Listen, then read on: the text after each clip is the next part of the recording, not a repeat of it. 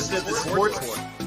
And we are back. We got the full crew in the house. That is what it's all about. The Yankees, out of any team in the league, are the best equipped to handle a blow like this. I think there is a higher power at play here. He's due law of averages. That dude is the ultimate scrub. It's trash. Yeah. Every person you have in there is fucking trash. Next game, you're going to see a big performance. You can see it in the end of the game, and I'm just totally stoked and excited for this. And we are back. Welcome to another edition of the Sports Report, and today it's Barnes, Tony, Renee, and Michael all in the house. Gosh, it's dude. Friday. Anthony, also known as the Naquinator. How are you, sir? Oh, you had that one in your back pocket, didn't you, bro? I did. Yeah, you did. You thought of it beforehand. It's cool. I'm doing great, dude. I'm really excited for some baseball. Obviously, off day last night for the New York fans here. But you know what, dude? It's gonna be a great weekend with some great baseball. I'm really excited for it. Yeah, absolutely. Still sporting the jersey, by the way. I see. Yes, like I told you, man of his word. Until these tough times go away, every show this will be on. But hopefully Monday it'll be off because we're sweeping the Red Sox. But we're gonna get to baseball in a second, Tony. Just a couple things I wanted to brush up on. To start, first off, just a live leaderboard update here at the FedEx St. Jude. Denny McCarthy and Sahith Theegala tied at 9 under par. Yesterday's leaders, Siwoo Kim and JJ Spawn, haven't teed off yet. They're at 8 under. We saw, Ricky Fowler put up a 5 under round yesterday. So that was big for him as he looks to continue his FedEx Cup playoff season. So a lot of storylines. We'll keep you posted along the way. We did see what was very interesting. I feel like you would get excited for something like this, Tony. So I don't know if you saw the whole thing between Cam Smith and Scotty Scheffler. No. So they were playing together, and they're, Scotty Scheffler's world number 1. Cam Smith is world number 2. And it just golf, how like the whole thing, like someone's putting, you're playing with them, you don't step in their line. Right. Scotty Scheffler purposely stepped in Cam Smith's line and just glared at him, in reference to him, going to live, after the FedEx Cup playoffs is over. And it's just one of those things that people are trying to say, oh, maybe it was an accident, but it's like, especially for a professional, it's not like it's just us going out there. You wouldn't even, that's something you've been doing since you were 5 years old. So I just thought it was pretty funny that, he did something like that. And it kind of shows how these PGA Tour players feel about these guys going over to live. Was there any retribution, rebuttal? No. Because it's like, what's Cam Smith going to say? He hasn't officially announced he's doing it, so he kind of skated around the question after the Open. So just thought that was interesting. Scheffler struggled over par yesterday, in danger of missing the cut. So it'll be interesting to see. Ricky 65 yesterday. No kidding. Yeah, after we were talking about it, I made fun of you. I'll be the first one to admit. But you know what he did do? Fired his caddy before this tournament. So a lot of times they say, the players, they get with a new caddy. They want to impress whoever is on their bag. And we've seen that happen before. So I just thought that was interesting as well. Was his caddy like a cousin or something? Good friend. And I think he had been his caddy his whole career. But obviously, the last 4 or 5 years just have not been kind to Ricky Fowler. You know who the new guy is? He needs to change. I don't think it's anybody notable. I think a lot of times when they do this, they don't like say right away, okay, you're my permanent caddy. They kind of like try a couple guys out or a veteran they feel comfortable with on short notice. Right. That type of thing. So you're going to apply? I'm more of a golfer than a caddy. So just thought that was interesting. And then the only other thing I wanted to mention, the preseason, we did have the Hall of Fame game last week, and then officially the preseason got underway last night. How about the Baltimore Ravens, Tony? They defeat the Tennessee Titans for their 21st straight preseason football victory. That's a little ridiculous. Longest in NFL history. I know it's preseason backups, victories, but 21 is still insane. Do you think at this point they just let them win? No. Why not? It's a joke. I think the guys who are, fighting for roster spots, obviously they're always playing hard. And the guys that probably know, okay, probably not going to make this roster, but I'm trying to make another one and just kind of feel like they have a reputation to live up to. You know who hates preseason football? Me. Oh, you do too? Yeah, no, I never watched. Rothenberg and DiPietro hate it. It's pointless. Yeah, it is pointless. Have some scrimmages. It's just, and the fact too that they make the season ticket holders, buy these Buy tickets these as part of their tickets. packages. I No one know. wants to So go to who the game. hell exactly? I mean, Give 'em I like free told then. you yesterday, if it's free and it's on the 50-yard line, 2 rows up, I'll Yeah, go. yeah. Other than that, I would Like, never what go. the hell, dude? Michael. Michael, I feel like there's something on the tip of your tongue here. What do you got? Preseason trash. But you're kind of riled to see if Zach has it in the first series or two. He's tonight in going to. It's not Philadelphia. if. Is he playing tonight, right? He is playing tonight, Lincoln Financial Field in Philadelphia. And I was just reading an article, the New York Post. They said at least the first series, if it goes well, they'll take him out. If not, there's a certain amount of plays they want to run to kind of get his feet wet. And I just can't wait to see the connection between him and Garrett Wilson, Playing the the whole first game. round pick. The whole game. They were talking about it on the morning show. They're thinking he could have like a Jamar Chase, a Justin Jefferson type effect here in year one. And how long it's been since the Jets have had a wide receiver with that type of speed. I know Brandon Marshall had that one year, but not a burner. No, they have not had a burner. He was just all top. Right. Red zone target. Yeah, I'm excited. It's going to be a great season. Jets Super Bowl champs. That would be something. That'd be crazy. Go to the parade? All right. Tony, more likely Zach Wilson makes the Pro Bowl or Garrett Wilson? Garrett Wilson, the number 1 pick, wide receiver, Ohio State. Give me Garrett. Yeah. So you're down on Zach. Yeah, of course, dude. He's proved nothing. Why would I give him? You have heard the murmurs around the league, though. I heard that Joe over there, Joe Flacco, was doing better than Zach Wilson. I heard he's throwing a tight spiral. I didn't hear that. I heard he's throwing better than Zach Wilson. I don't know. This sounds like a Naquinism. No, they said it on the afternoon show. You know what else I heard? What? Last night, I guess, the Giants had their game against the Patriots. I believe they won. And they were saying Tyrod Taylor looks pretty good. And, maybe, there's some murmurs, would he be better suited to run this offense than Daniel Jones? They're trying to guess when Jones is out and Taylor's in. You mean when he's going to get hurt?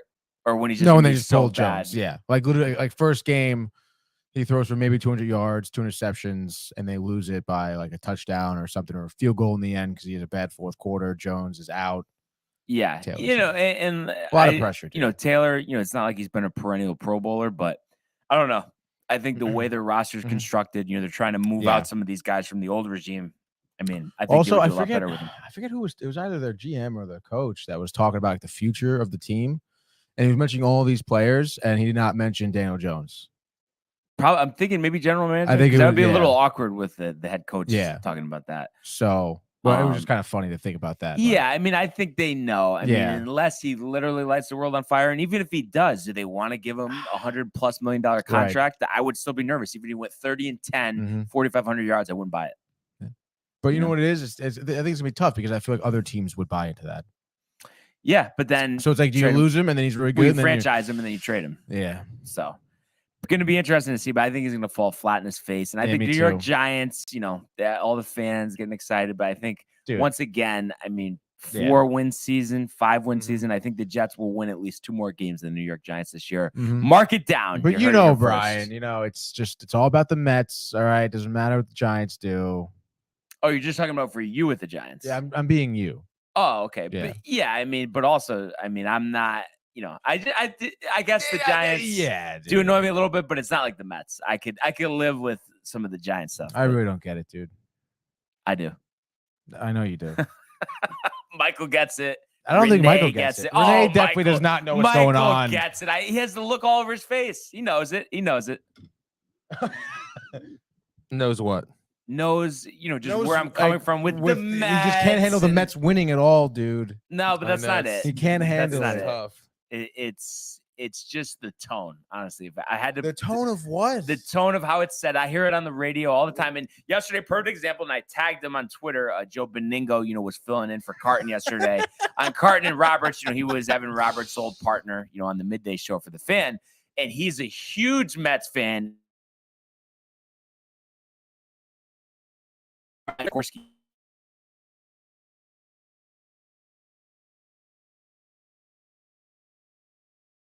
I can't take it. I Yeah, because absolutely you can't take it. handle it. You know what? Yankees fans have been being terrible for years. Okay, it's about time you guys get a taste of your own medicine. No, because Yeah, it's like they're because not. you've been living all high and mighty. It's like and they have that's it. amnesia. It's Downfall. like they have amnesia. Who has amnesia? All Mets fans. It's a different team, that they dude. think that it's just it's just smooth sailing right into the parade. No, that's not how it works. You know, the problem is with the Yankee fans that they have the opposite of amnesia. It's 1930s. We were so good. Oh, yeah, the Babe Ruth was good. 1930s. I mean, Dude. maybe the Mets, if we're talking about the 1930s. The Yankees won in 2009. When did the Mets win? 1986. Are you telling me the Yankees weren't good in the 30s? They were good, but the point is the Mets, it's been so long, and you're acting like that's not So? out there. It doesn't matter how long it's been. What do you mean? You're talking about the Yankees in the 30s, and then you're talking about it doesn't matter how long it's been. Like, what are you trying to say? You're missing the point. I'm saying Yankees fans are the opposite of like forgetting about. All you do is strive on the past, dude. You're talking about 09 already. It's 2022, bud. And it's not 1986. So what have That's the Mets right. done in the last Doesn't 30 matter. plus What they're doing years? right now. Right now, they're winning games. Yeah, in the regular season. Okay, Let's see, so what? Let's see I what can't happens. tell you. I can't. We're not in the future, Brian. All right, I'm just saying. Just don't put the cart in front of the horse, Tony. Well, but That's all I then can tell you. when the Yankees are on a 10-game winning streak or whatever, it's like, they're winning games right now. And All you're I'm not even saying thinking about is the the postseason. Yankees just have a different mentality. That's all I can say. Arrogance. But let's get into that arrogance in the world of Major League Baseball. 2-2, he got him swinging. The back-to-back strikeouts for Robbie Ray. There's damage right there. Shohei, way, Cy-Yo, nada, where did that land? Stuck to Chapman, who leaps up and grabs it. Story spins and fires, out at first. There it goes, see ya. Home run, Aaron Judge.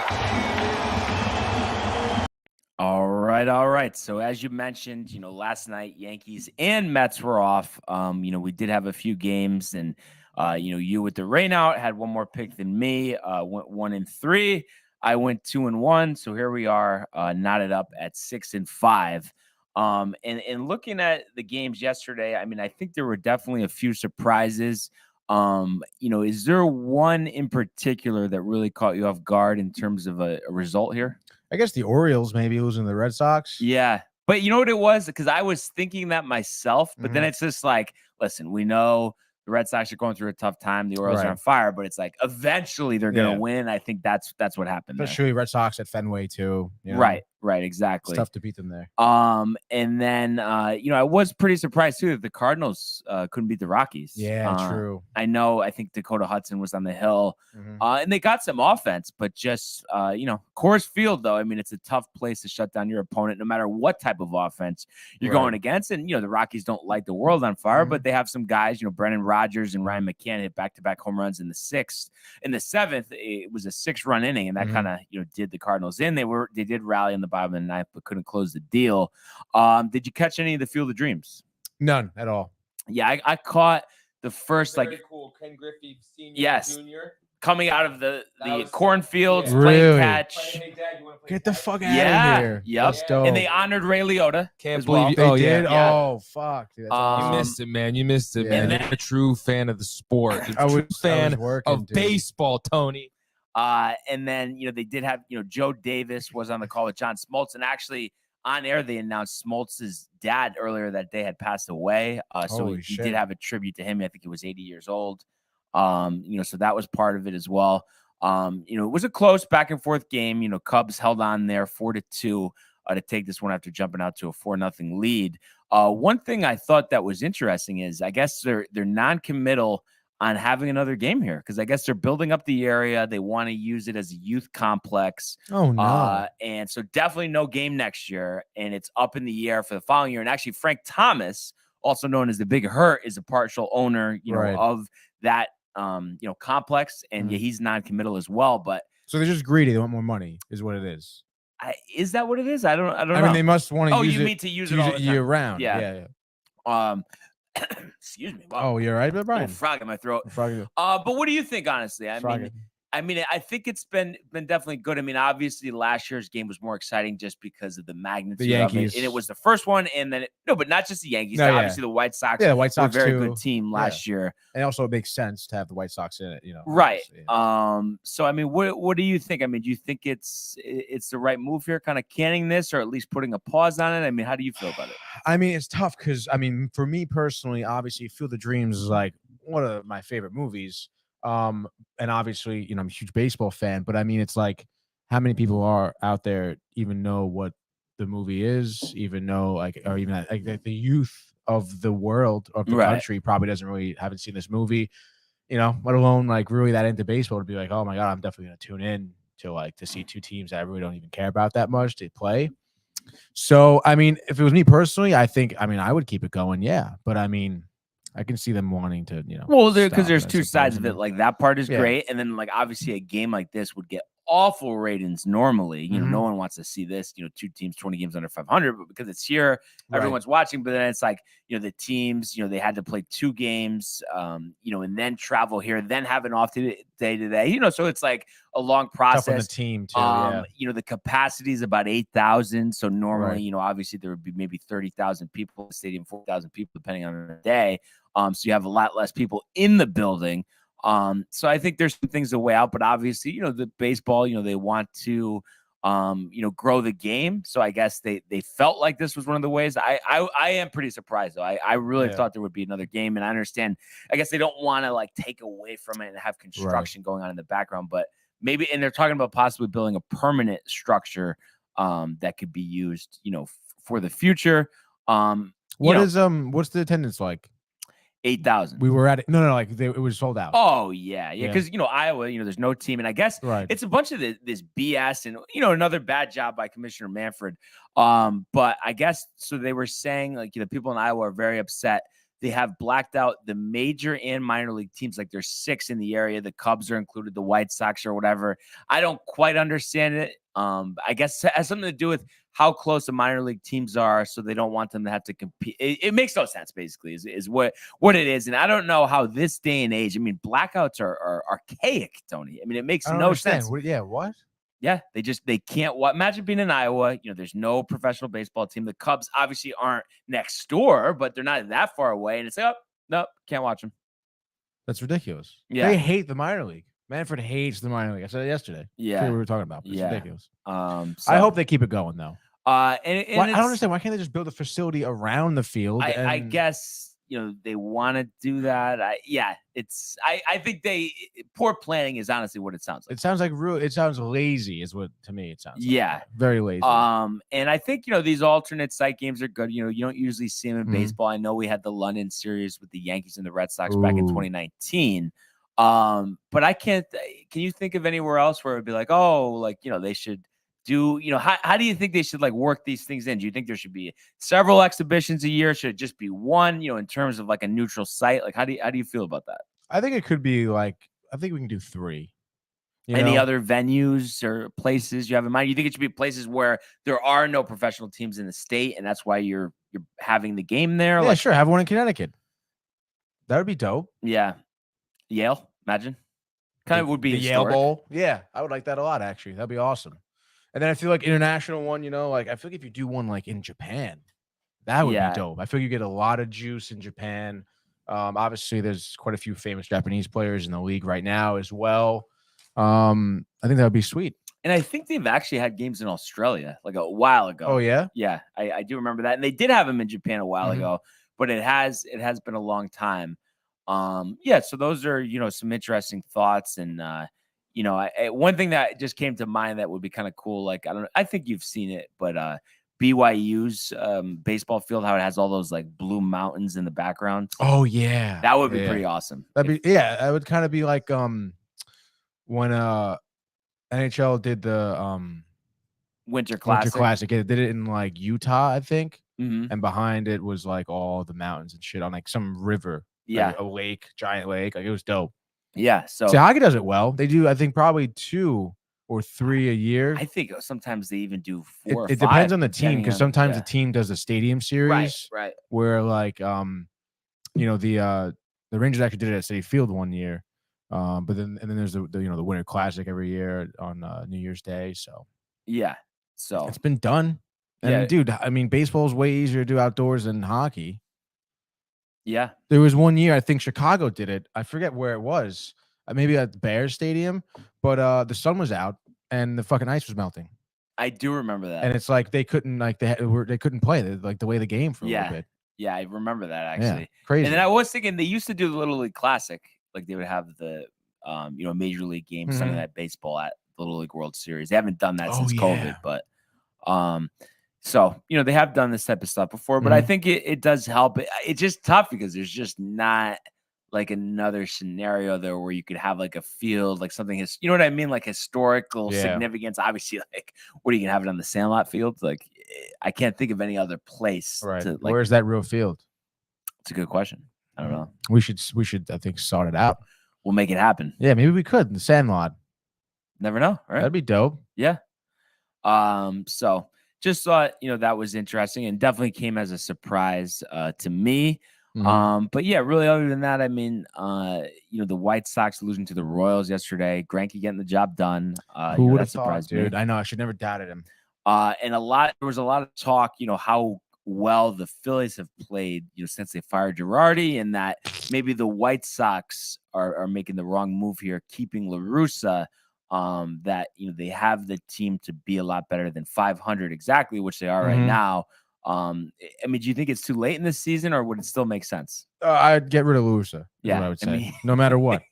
It's so bad. Like it's so ridiculous. I don't know why he's still, like kind of a part of this organization. Dude, it's absolutely ridiculous. And I don't know. I just feel like even if you wait or just get rid of him regardless. Yeah. If you want to wait the season up, but still, you gotta get rid of him. Yeah, and I think, I mean, at least after this season, there's no way he should be back. No way. But in terms of the Phillies last night, dude, the Phillies are done. I'm telling you. Schwarber, calf strain. It's been lingering for a week. He's out, dude. I'm trying to think though. I know they got Robertson. Who else did they get at the deadline? I'm blanking on this. Oh, the deadline. They added a couple guys. Syndergaard, but then did they get a bat too? I'd have to look.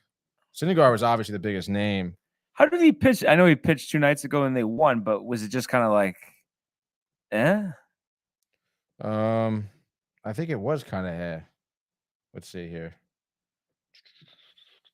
Oh, but Harper is coming back though. That's the thing. I don't know when is he coming back exactly that's gonna be.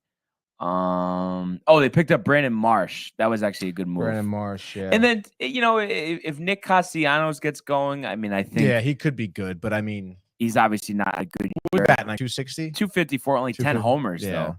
Usually you expect a lot more power out of him. And then Bryson Stout has had some really good games. I think he could continue to help them. And Syndergaard was what, 6 innings, 2 earned runs against Miami. But what is it, like 2 Ks or something?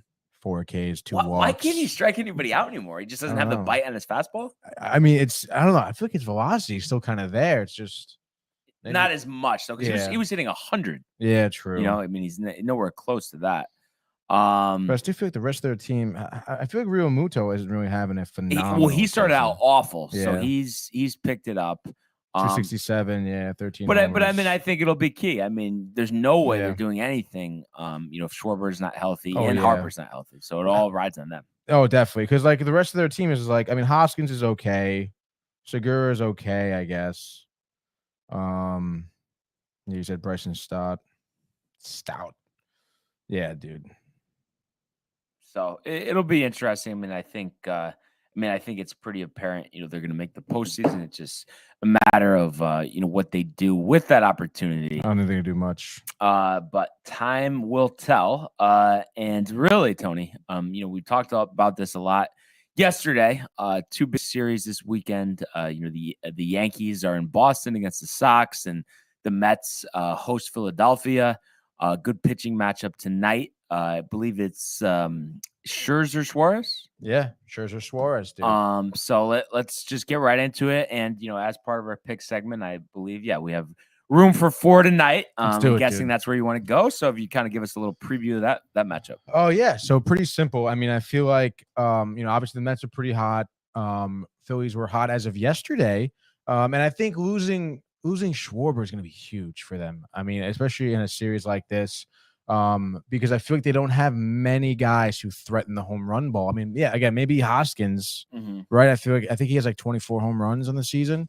But I mean, what Kyle Schwarber had like 36 or 35 or something, like, and with him out with the calf strain, that's going to be tough for them. And then obviously you're facing Max Scherzer, who, has been pretty dominant, his past few starts, even, kind of starting with the Yankees was where it really kind of got decisive too. So I would imagine he's going to make minced meat of a lot of these batters here. Minced meat, Tony. I mean, honestly, that should be a soundbite. Really? Like that? I mean, that has not been used, that term, on this show ever. No way. No way we've done that. All right, let's do it. Minced meat, dude. Put the timestamp on. So I would say, and then on top of that, the last game we saw the Mets, I mean, spreading the wealth, Brian, in terms of offense. So I would continue to think that was going to happen here, game one. I mean, I think there's really not much stopping the Mets other than themselves, I think, at this point. So give me the Mets tonight. I would say they win this game 5-1. Wow. Now, just in terms of Tyler Naquin this weekend, I know there was a lot of discussion we've had about him. What's your prediction? Let's assume he starts all 3 games. So average game, I guess we'd say 12 at bats, right? Bats, right? Yeah. I would say he goes, I guess, 4 for 12, 2 home runs, and I don't know, maybe double. Yeah. How many ribbies this weekend? 3. All right. 3 ribbies, nothing crazy. Nothing crazy, but a couple dingers, putting them right in the middle, Yeah. the midst of a really hot stretch here, and be interesting to see if his trade partner in crime, Daniel Vogelbach, will get in the mix. Has Ruff been getting any playing time, or he's kind of riding the pine at this Very point? little. He's riding the pine a little bit. I think they used him on Wednesday maybe, and he did a nice RBI double for his first double as a Met and everything. So he's gotten some good looks, I feel like, so far. But honestly, Vogelbach is he's good at the plate. It's kind of ridiculous. Like his eye is so good. You potentially see him as like a long-term answer at DH, or? Yeah, maybe I could see that. Who else do we have right now? Yeah, and then with Escobar, I mean, he's basically a backup at this point, right? I mean, he gets maybe 2 or 3 starts a week at most. Yeah. Do you feel it would be better served like almost just cutting him and bringing someone up for the minors, or no? I mean, he's been in a pretty big slump for a while. I know. I feel you can kind of ride him out a little bit. Yeah. But you like him as a backup. He's versatile. He is. Yeah. I like that. But I think if he doesn't really, project any good numbers, I mean, I think it's time to maybe, get some young talent. Yeah. And then what do you see in terms of Scherzer tonight? What are you forecasting for his start? I'm gonna give him 7. I mean, the strikeout rate, I feel like, was low his past few starts, but I want to say last start he must have had like 9 Ks, I think. Let me see, 11 Ks. Right. The rare 11 Ks. Yeah, rare. He's never 11, dude. Never 11. I'm gonna say he definitely has double digits tonight, 10 Ks. Yeah. And then in terms of Nola, how do you think he performs against this lineup? Or not Nola, but Suarez. Oh, Suarez. Yeah. I'll give him like 5 2/3. Yeah. I think getting into a little trouble the 5th inning and they pull him. Yeah. I mean, do you think I know he's still on the younger side. Yeah. Do you think he'll ever be like pretty good, or you think he's like a mid to back end rotation guy? I think he can be at his best a 3 starter. Yeah. Which is decent for him, I feel. Right. And especially with, for the Phillies, if he they have Wheeler and Nola, if and no one wants to stay consistent. Thor. Syndergaard, yeah. Okay.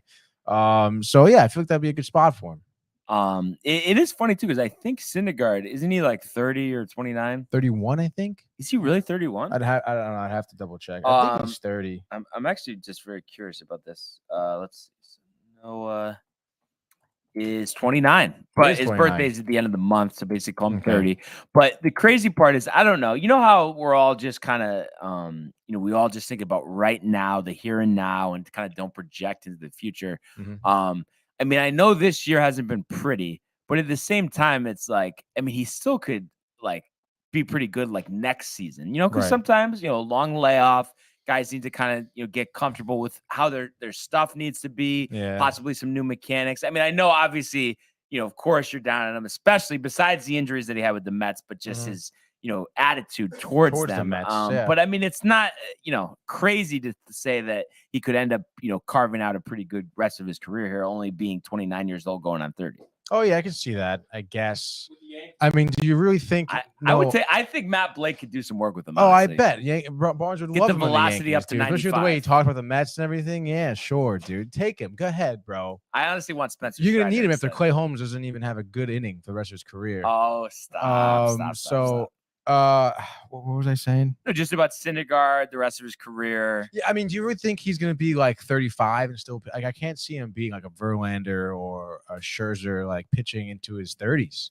I can give him. I mean, maybe like 3 more years. Well, I think also though it's how well he adapts to, like I said, his stuff, his role. Because also, Right. I mean, we've talked about for years, him being in the bullpen. Right. But I mean, look at him. Look at what he's done. I feel like, the Mets tried to get him to adapt. He's stubborn, possibly a little tight about, maybe his performances and how the Mets were kind of dealing with things too. But I mean, it doesn't seem like he's really, I guess, easy to work with. And the drop in velocity, I mean, really is stark if you look at it. So in 2019, his last full season, his average fastball velocity was 97.7. Okay. His lowest of his career before that was 97.1. Last year, 94.7. This year, 94. And he's only using his fastball a career low 47.5% of the time.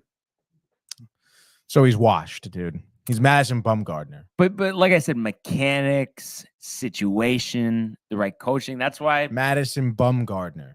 Yeah, but Bumgarner has actually been somewhat decent this year, believe it or not. Yeah.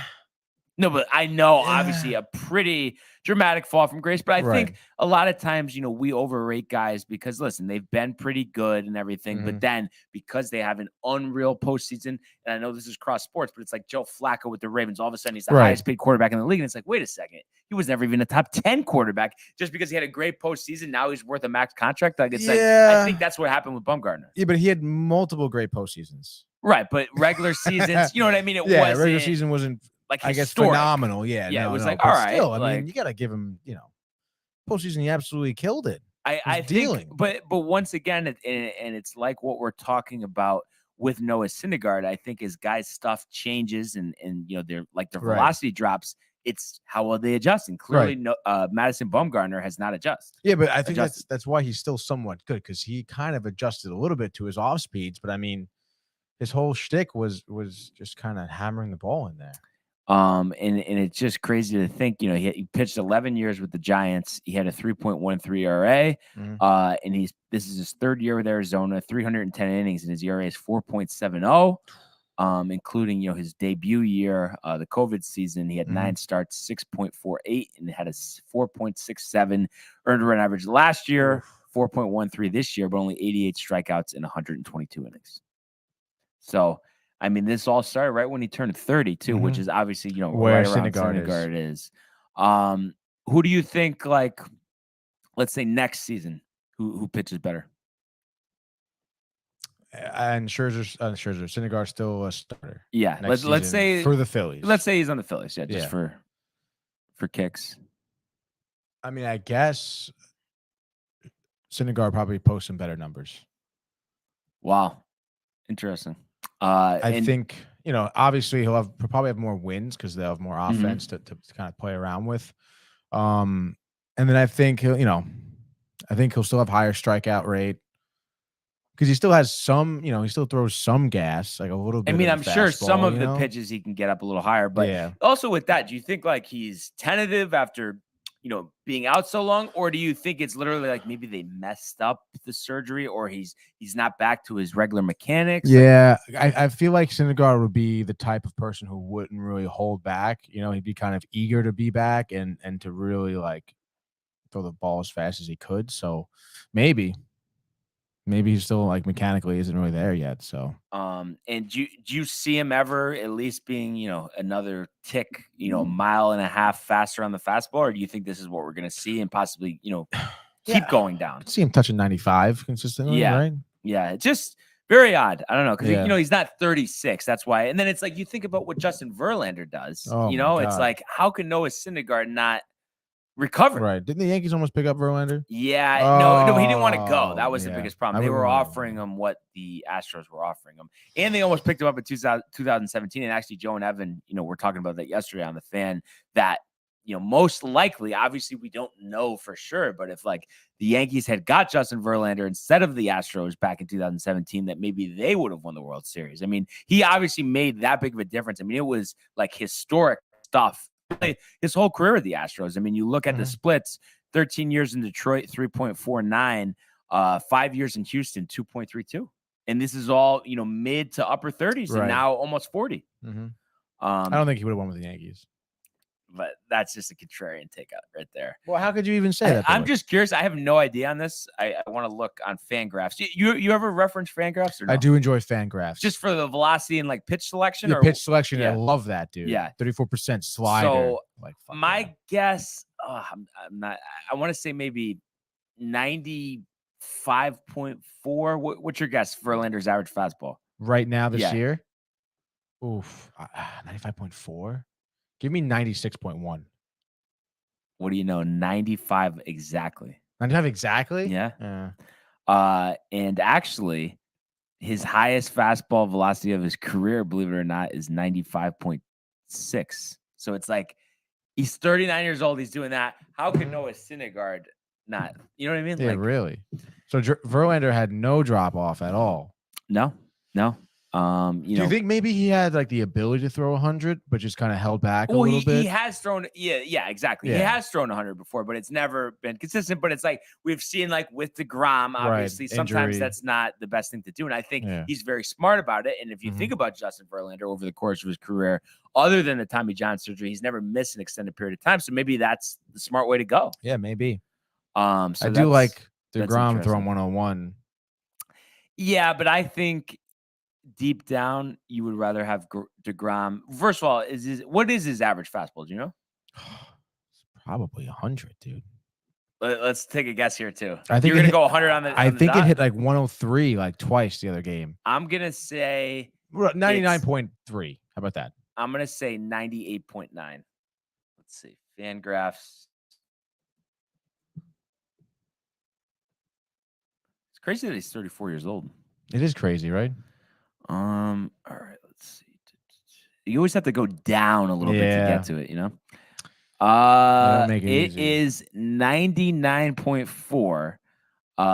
And the crazy part about that is 2017, 5 years ago, his average fastball was 95.2. Here he is, 34 years old, rear and back for 99.4, highest average fastball velocity of his career. That's crazy. It's kind of interesting though. I mean, you usually see that a guy, this whole thing started in his like kind of early to mid 30s. You don't usually see that and up that much, Tony. I mean, we're talking about 4 miles an hour faster. I don't know. Do you think he just ramped it up just because he knew that this would be like the time for him to kind of? But it could be also, like we said, mechanics again too. Oh yeah, true. Different. I'd also like to see. He predominantly throws his fastball, right? Fastball slider. What's the percentage at? So his fastball percentage is 53.3. His slider is 40%, and then he goes with I guess it's a curveball and a change about 3% of the time each. Change is 93.3. That's ridiculous. Yeah, and some people's fastballs don't even reach that. Yeah, and the slider is like 96. The slider is 93.3. Oh, average. Yeah. Okay. Yeah. Which is also a career high. Ridiculous. But, yeah. I mean, what a specimen he really is. Honestly, I mean, you can't really have a comparison, especially like I said, because of that rise in the velocity. It really is remarkable. I know this was a very long-winded conversation, Tony, but I can go all day with these stats. This is fucking awesome. I know this is what it's all about. But I was just gonna say with the Mets, I know you had given me kind of the pitchers' outcomes and what you kind of thought Nathan offensively would do. But what do you see offensively? And then what did you say the score was too? 5-1, I think I said 5-1. And then how do they get the runs? the Mets. That is. Yeah. I would say Alonso Dinger Early. third inning. Okay. Naquin Dinger second inning. We'll give one of his dingers. Do you tonight. think potentially he gets a standing O, or that's getting ahead of ourselves? He has to hit 2 for a standing O. Yeah. And then Lindor definitely keeping that RBI streak going. I think he has like I want to say like a 10-game hit streak or something like that. And then I guess McNeil maybe with an RBI double too. Okay. All right. How many is that? I think that was 3, right? That's 3. Yeah. All right, and then give me McCann RBI single. Get crazy. 2 RBI single. 2 RBI single. Make it 5. Late in the 7th inning. Like a little bit of extra room there. And then the Phillies 1 run. Is it courtesy of a Bryson Stout solo shot? I guess off of Ottavino, maybe. Wow. Yeah. Well, he's been good though. He's been good, but I think maybe just the 1 is fine. Yeah, as long as they win, that's what it's all about. So that's, or you know what? Maybe we stay on Hunter Thompson, 9th inning. Okay.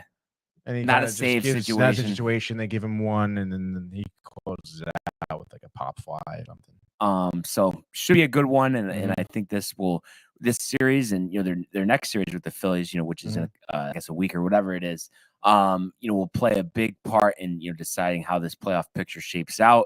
7:10 Apple TV Plus tonight. One other thing I was gonna add, and it's just funny because it's something that I feel like you would like with the Yankees, you would kind of get fired up about. Did you hear how Keith Hernandez literally requested to SNY management that they don't put him on Phillies games because the Phillies have such bad fundamentals? What? Isn't that the craziest thing you've ever heard? What does that mean? Just that he Just doesn't want to because watch the team is not good. No, but he's saying fundamentally. Like fundamentally, the team's not good. He can't handle it. Like that's a little much. Like I think Yeah. I think he might be heading back to the slopes. Sounds like a with Michael comment. K situation, honestly, dude. No, we got a couple comments here, Brian. Before coming in here, your thoughts on Tom Brady missed significant time with Tampa Bay Buccaneers due to personal issue. Will Tom Brady's absence impact the Bucs' offensive chemistry? So I heard slightly about this. I'm not sure much. Yeah, they just said an unannounced amount of time. Bulls is fully expecting him to be ready for the season opener. Obviously, this is his 3rd year in the system. He knows the system, so I don't think that's a problem.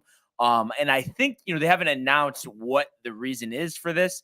I kind of, and I hope this is not the case, but I think it has something to do with his parents. Hopefully they're in okay health, but I have a feeling that is kind of what it's related to. I don't think it's a matter of Giselle wants a little more time with him and the kids. Like, no way. I don't think that's what it is, but I fully expect him to be ready for week 1. And, we'll see. It's been a few years in a row I've thought this, but I do think this is finally the year where he has that cliff season, that sense of,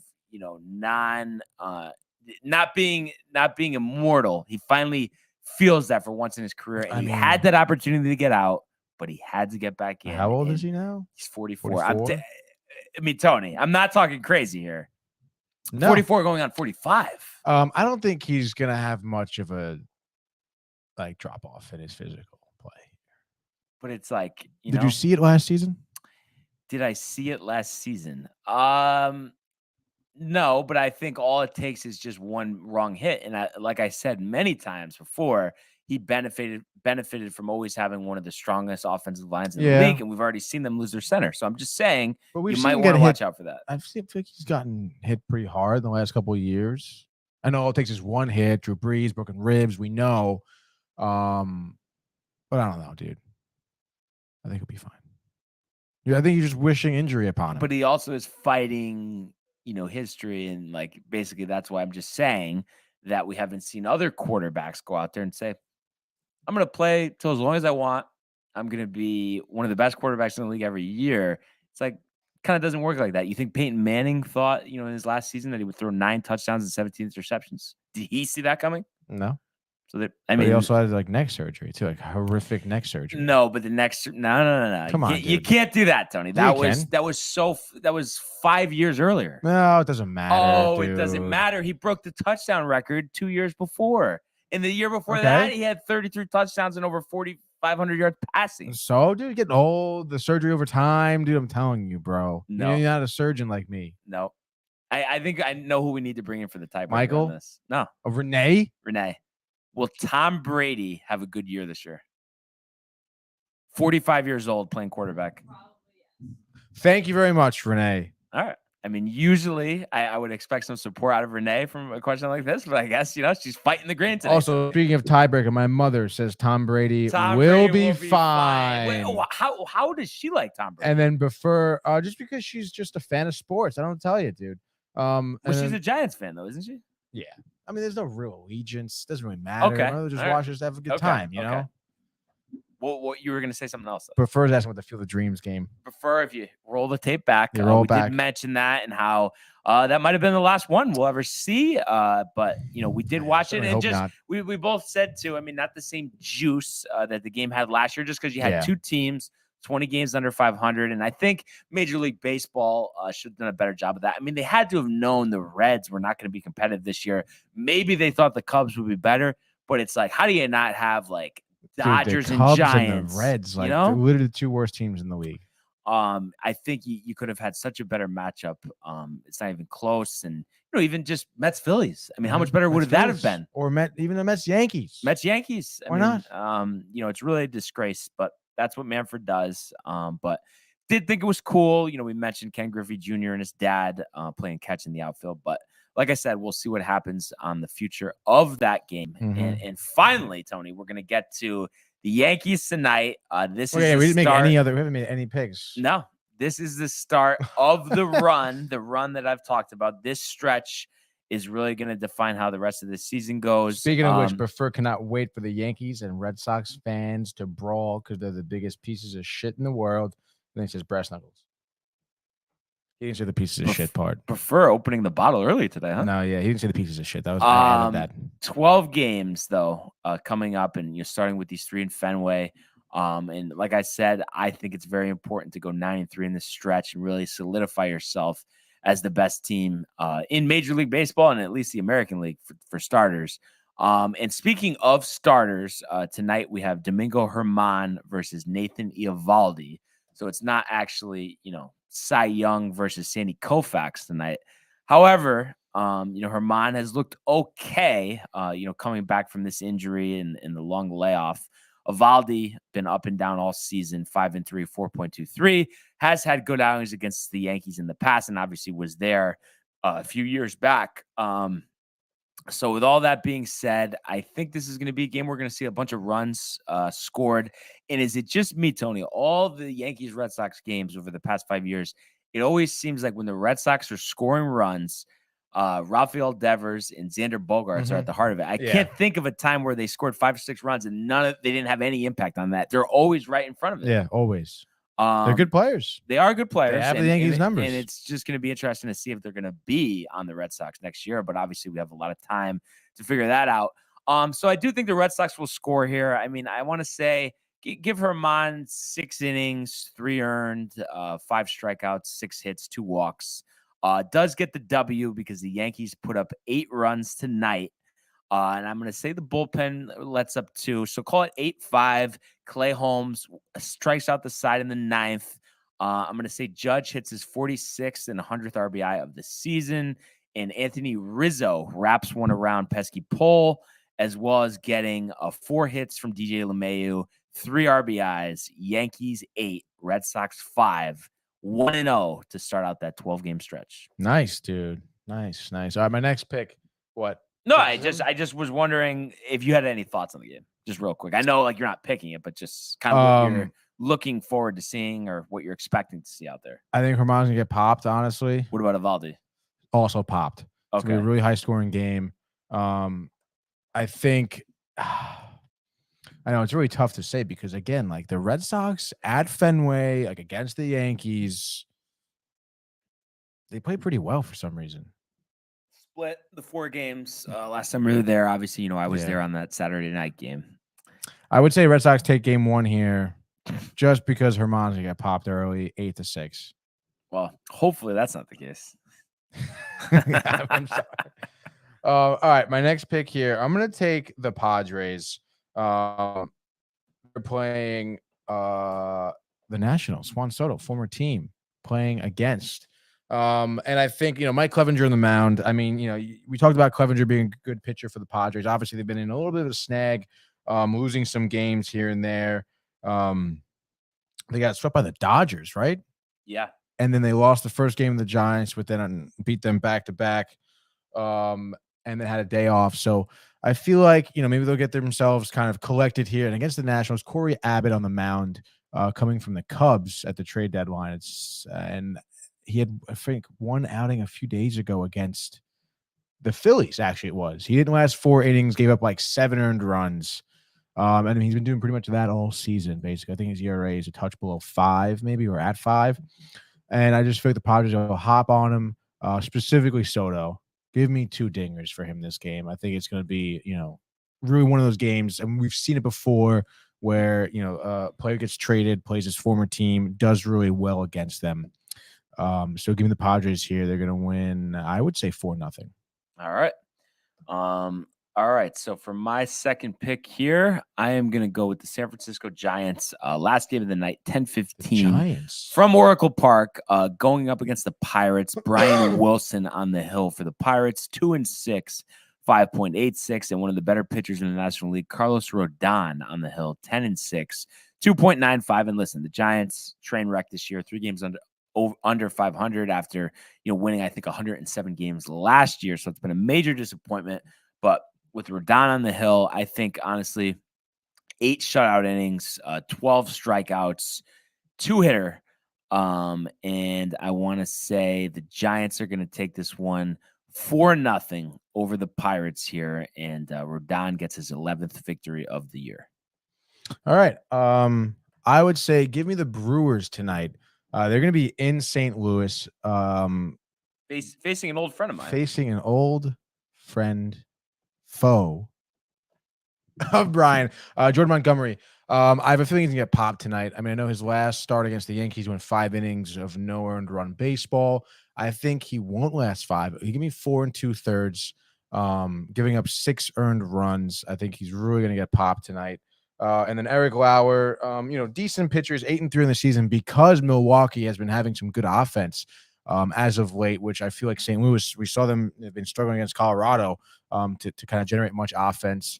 So I think Milwaukee kind of has those 2 things going for them. I mean, I don't know. Brian, you think Monty? What do you think tonight? Honestly.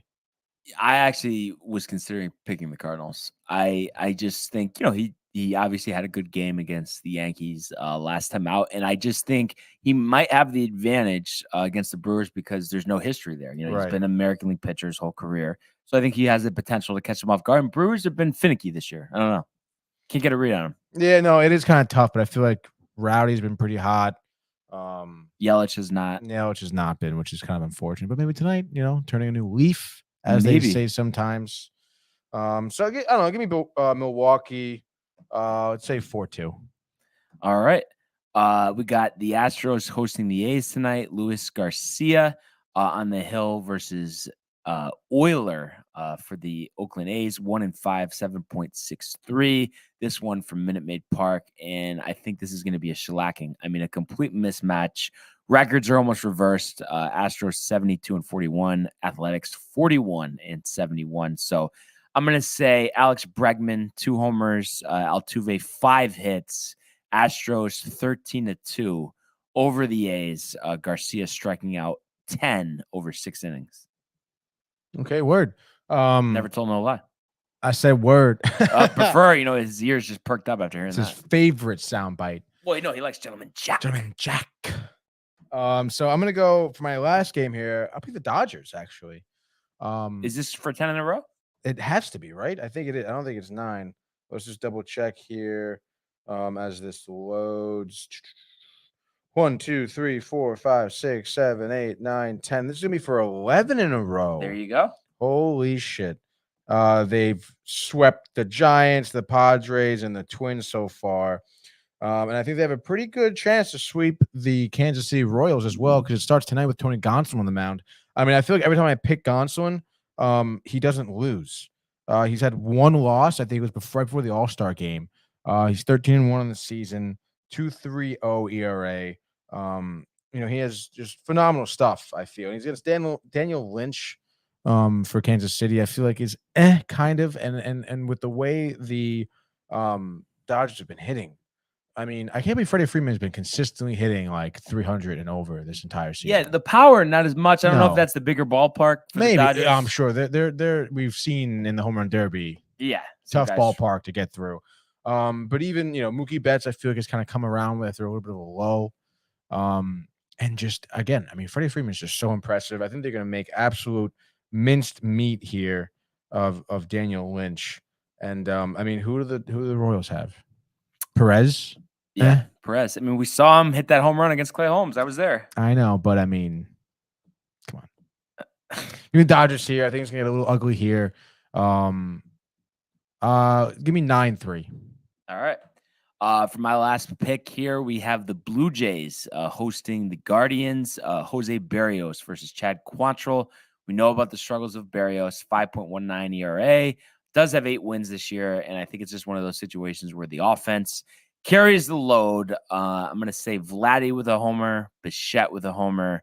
And I think overall they score 6. The Guardians score 1. Are you picking Toronto? Berrios finally has a representative outing here, going 6 innings, 1 run, 8 strikeouts, 3 hits, 2 walks, picking up his 9th victory of the year. And fortunately for the Yankees, they win their game as well. So no blood, no foul there. No blood, no foul? Yeah. I guess it would just be no blood. We would say no blood. And I know, of course, that'll be a soundbite. We get it.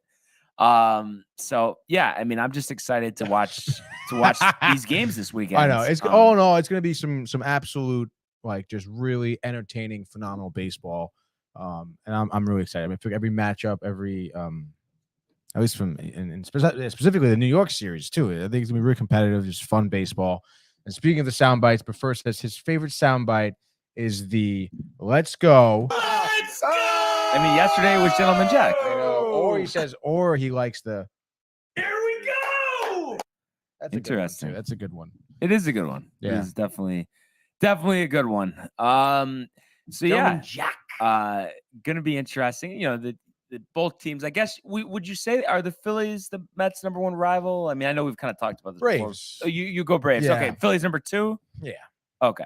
So one of their bigger rivals, obviously the Yankees' biggest rival, and it's just like we always say, it doesn't matter the record of the teams when they play. It's always a competitive game, and that'll be fun. And obviously Fenway gets a little rowdy sometimes. Tony's favorite team. So it'll be interesting to see what happens. Just wanted to do one more leaderboard update here. Emmanuel Grillo tied with Denny McCarthy at 9 under par here. Siwoo Kim, JJ Spawn still haven't teed off yet. And Rory McIlroy, my pick, still at 1 under par. Was flirting with the over par yesterday. Rebounded slightly, but he's got some work to do to make the cut. As right now stands at 2 under par. Scotty Scheffler hasn't teed off. He was 1 over yesterday, so he's got some work left to do. Ricky Fowler tees off at 117. That'll be off the back 9 here, and Throw a couple shekels up there. 5 under after that 65 yesterday. So going to be Legend. a fun weekend of golf. But yeah, other than I don't that, like any comedian. really hoping for a good performance. And I know it's just preseason, but from Zach Wilson tonight, I think the proverbial egg. I could see that. I could see that really getting Jets fans excited. I guess, I don't know. I've probably already asked you this, Tony, but if you had to give me some stats, Zach Wilson this year, touchdowns to interceptions, yardage, what do you have for me? Oh, dude. What was his numbers like last year? Honestly. I think it was, if I had to guess, I think it was like 9 touchdowns, 11 interceptions. He missed some games because Mike White started. Flacco. I guess maybe give me like I mean, I feel like his number one job really is to just throw more touchdowns than interceptions. I don't know. Give me like 14 and 10. 14 and 10. Yeah. What are the yards? What was his last year? Dude. Like 2,400 or something. I mean, because he missed time. Yeah. You know? I don't know. You think he reaches 3K? Yeah, I mean, it's 3K is not what it used to be. 3K, like everyone's a walking 3K. If you don't reach 3K and you play a whole season, that's pathetic. 2980. 29. No. Really, I think he'll be just touch above 3.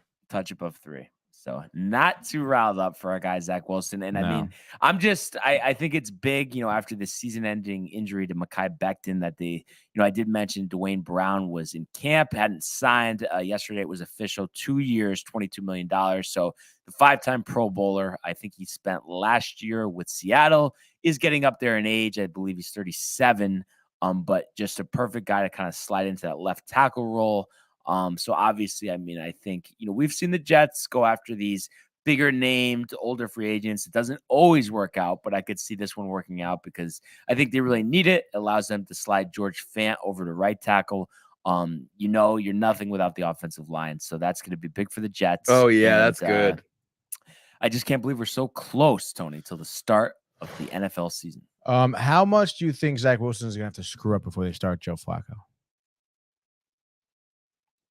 They're literally pretty much not, unless it comes to the point where, let's say, they're very competitive in all their games, but continues to have a late turnover, not be able to lead the team down the field, but that would still be 10 games in. And that's 10 games in? But that's really being a train wreck.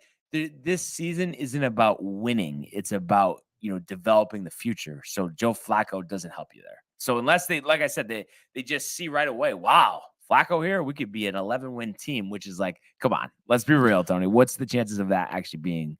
Slim to none. Yeah, but I mean, with all this talent you have, and if Zach Wilson's just screwing it up. But Flacco is going to retire like next year. You think so? Yeah. I think at this point he's 37. Just doesn't impressive. have much left in the tank. What if he wants it? He wants one last Super Bowl run. This is like, what if Naquin wins MVP? That's what basically you're asking. That'd be ridiculous. There's no way you could do that. Yeah, right and that would be ridiculous if Joe Flacco had another Super Bowl run. All right, we'll see at the end of the year if Naquin. I mean, small sample size, but he's almost there, Tony. Yeah, he'd have to be crazy good, like starting from right now to the rest of the year. Yeah, absolutely. But other than that, as we head into the weekend here, anything else on the tip of your tongue here, Tony? Into the weekend? No, I don't think so, dude. I mean, I think it's gonna be a great weekend, some great weather, some great sports. I'm stoked that everyone's gonna be just having. I'm surprised you're not going to Fenway. Yeah, no, I'm only gonna go to Fenway at this point. I mean, pretty much. I mean, I'll go one year in the regular season if there's an opportunity, but I'm really only going there for playoffs at this point. And obviously, the Red Sox are going nowhere near playoffs this year, so we don't have to worry about that. All right. But yeah, that's it, dude. Another great show, a great week. We really appreciate everyone tuning in and continuing to comment, like, and subscribe, as well as check out those archives on the YouTube page. Obviously, Tony in costume, as well as our summer collection, the summer collection at downtimetv.com. Everybody, enjoy the day, enjoy the weather, enjoy the weekend. Let's go Yankees, and we will see you on Monday. Hey guys, Tony here from Downtime TV checking in. I want to thank all our fans out there who's been liking, subscribing, sharing our content. You guys are the best. You guys are our bloodline. You make us love what we do. Thanks again.